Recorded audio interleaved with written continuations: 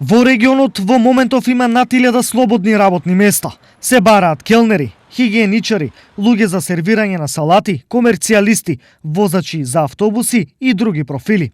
Но дел од македонските работодавци имаат проблем да најдат работници, посебно ако на работникот во старт му нудат минимална плата.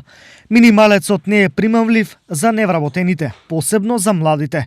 Многу маркети, дуќани, сендвичарници на влезовите имаат истакнато огласи во кои се наведува дека им треба работник.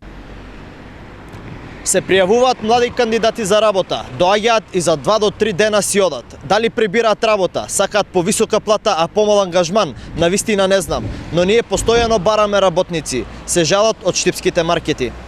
Од други фирми во Делчево велат дека нормално е тоа што луѓето одбиваат да работат за минималец. Оти со тие пари работниците не можат ништо да направат. Ова е причина поради која младите одбиваат работа не само во Делчево, туку и во останатите општини во државата и се повеќе се иселуваат. Никој не сака да работи, секој гледа да избега одовде.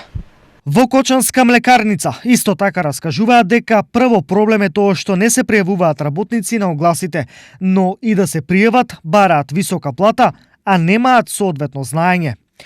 Инаку според податоците на Државниот завод за статистика, во второто тримесечие од 2019 година, активното население во Република Македонија изнесувало 962.463 лица, од кои вработени се 794.283, а 168.180 лица се невработени. Од нив 8.800 се во источниот регион.